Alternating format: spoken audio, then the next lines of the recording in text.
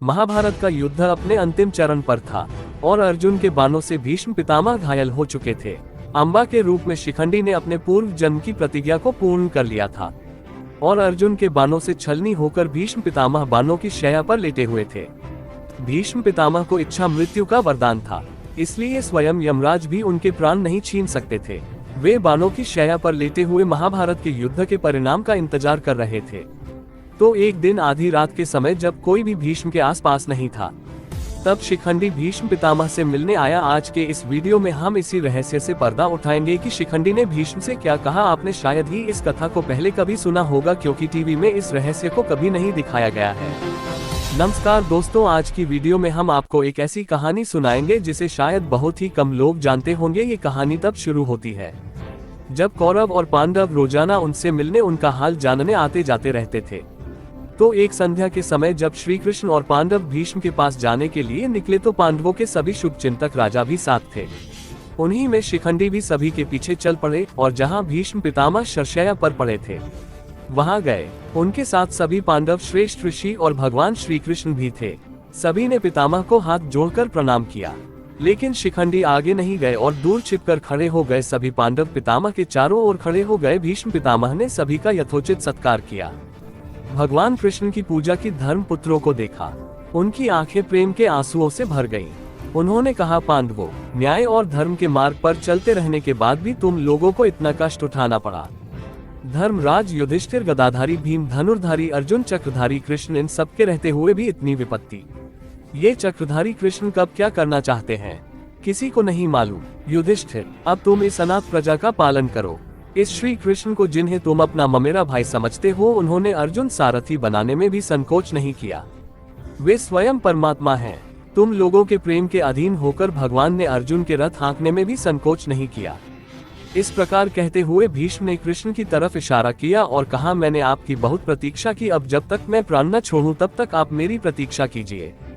भीष्म ने कहा, मैं आपका लटका हुआ मुंह नहीं देखना चाहता, मैं आपका मुस्कुराता हुआ मुखमंडल देखना चाहता हूँ। कृष्ण ने अपने चेहरे पर मुस्कान बिखेरी। मुस्कान देखते ही भीष्म का हृदय आनंद से भर गया। चुभते हुए बाणों का सारा दर्द गायब हो गया। अब भीष्म ने युधिष्ठिर की ओर इशारा किया, पूछो क्या पूछना चाहते हो। तब धर्मराज युधिष्ठिर ने उनसे राजनीति, कूटनीति, धर्म अधर्म जैसे बिंदुओं पर बात की। भीष्म पितामह पांडवों को उपदेश करने लगे। युधिष्ठिर ने शरशैया पर पड़े भीष्म पितामह से सबके सामने धर्म के संबंध में कई रहस्य पूछे। तत्वों को जानने वाले भीष्म ने धर्म, अधर्म, राग, वैराग्य, दान धर्म, राज धर्म, स्त्री धर्म और भगवत धर्म की अच्छी तरह से व्याख्या की। इसको भागवत में भीष्म गीता कहते हैं। सभी पांडव और श्री कृष्ण भीष्म को प्रणाम करके चले गए। तब तक आधी रात हो गई थी। तब शिखंडी निकलकर बाहर आए। उनकी आंखों के सामने उसका पूरा पिछला जन्म घूम रहा था कि कैसे भीष्म ने एक निर्दोष कन्या के पूरे 2 जीवन बर्बाद कर दिए थे। तो पहले ये जानते हैं कि कौन थे शिखंडी, क्या थी उनकी भीष्म से दुश्मनी। तो शिखंडी इस जन्म में पिछले जन्म का बदला लेना चाहता था। पिछले जन्म वह राजकन्या अम्बा था। अम्बा, अंबिका और अम्बालिका तीनों काशी नरेश की सुंदर कन्याएं थी। तरुण सुंदर राजकन्याओं का स्वयंवर था। तब तक काशी के राजकन्याओं का विवाह कुरुकुल के राजकुमारों से होता था, परंतु स्वयंवर के आयोजन से भीष्म क्रुद्ध हो गए और उन्होंने तीनों राजकन्याओं को उठा दिया और घोषणा की कि वो उनका विवाह भाई विचित्रवीर्य से करेंगे। और वहां आए हुए राजकुमारों को आह्वान दिया और बड़ी सहजता से भीष्म ने उन्हें पराजित किया। मात्र शाल्व नरेश ने उन्हें टक्कर देने का प्रयास किया, पर वो भी हार गए। हस्तिनापुर आने पर अम्बा ने बताया कि राजा शाल्व और वो एक दूसरे से प्यार करते हैं और शादी करना चाहते थे।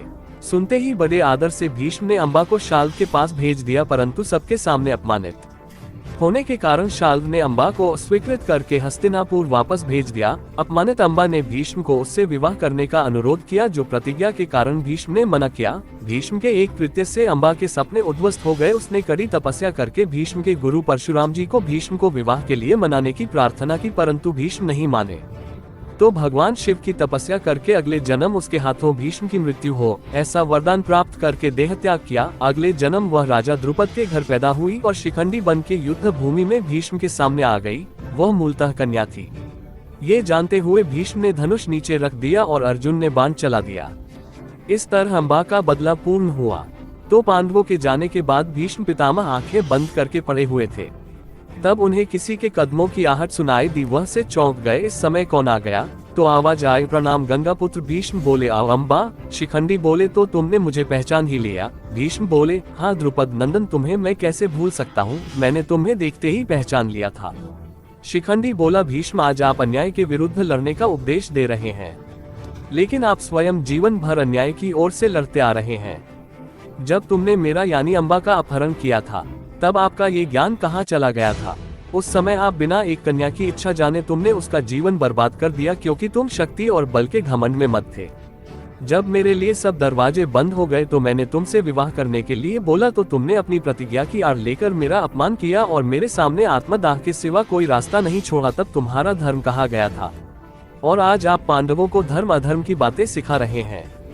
मुझे तो यही सोचकर तुमसे घृणा होती है। शिखंडी के नुकीले बाणों की तरह चुभने वाली बातें सुनकर भीष्म पितामह की आंखों में आंसू आ गए। वह कुछ क्षण बाद बोले, हे शिखंडी, जब मैंने तुम्हारा अपहरण किया था तब साफ बोला था कि मैं अपने भाई विचित्रवीर्य से विवाह लिए इन कन्याओं को ले जा रहा हूँ। न तुम्हारे पिता ने और न तुमने मुझे बताया कि तुम राजा शाल्व से प्रेम करती हो, और जब तुमने विवाह के लिए बोला तो मेरे सामने अपने मरे हुए पिता को दिया हुआ वचन सामने आ गया। मेरा तुम्हारा अपमान करने का कोई विचार नहीं था। अब हो गया तुम्हारा प्रतिशोध पूरा। शिखंडी चुप रहा। भीष्म फिर बोले, मन में मेरी तरफ से कोई गिला नहीं रखना, ये तो होना ही था। अधर्म पर धर्म की विजय के लिए देवताओं ने युगों पहले से ही इसकी रचना कर ली थी।